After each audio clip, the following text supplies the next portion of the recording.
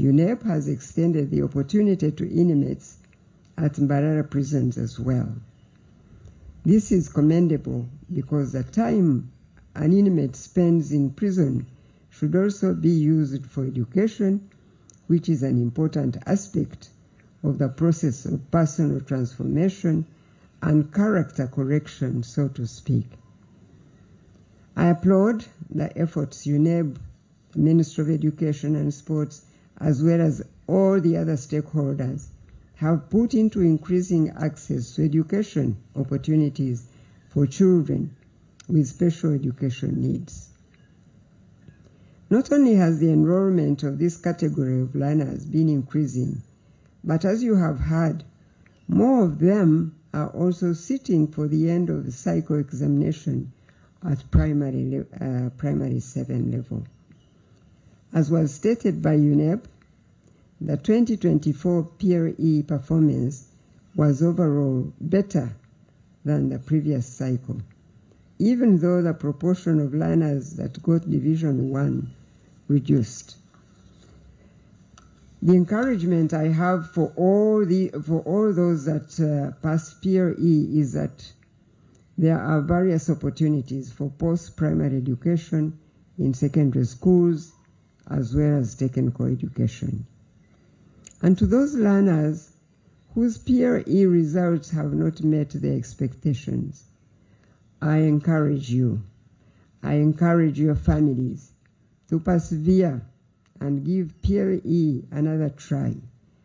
As I stated before, last year, learners repeating P7 in UPE schools are still eligible to benefit from the capitation grant. So nonetheless, for parents who may want to consider a career in technical education for their children, I want to encourage and motivate them to aspire to complete at least O-level.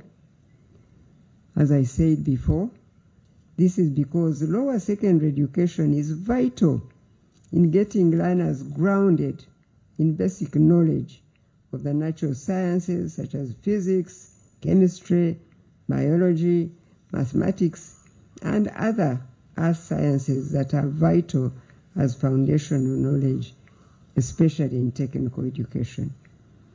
So please do not limit your children's aspirations to merely completing primary 7.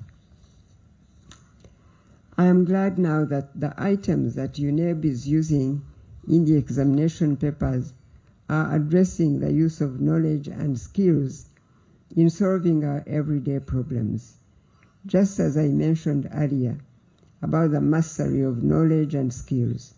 This is the thrust of our education, to produce citizens who have skills and competencies necessary to solve the human problems as a nation. Teachers must take heed of UNEB's findings from the work of candidates and go back to the basics of teaching holistically. I am pleased to hear that the local government officials worked closely with UNEB in the safe distribution of examination papers to sitting centers, with no incidents reported. However, it is unfortunate to learn that some school directors and their head teachers provided direct assistance to the candidates in the examination room. In such cases, we shall let the law take its course and thereafter subject those found guilty to the appropriate disciplinary process of the teaching service. It is unfortunate to hear incidences like that still happening in our schools.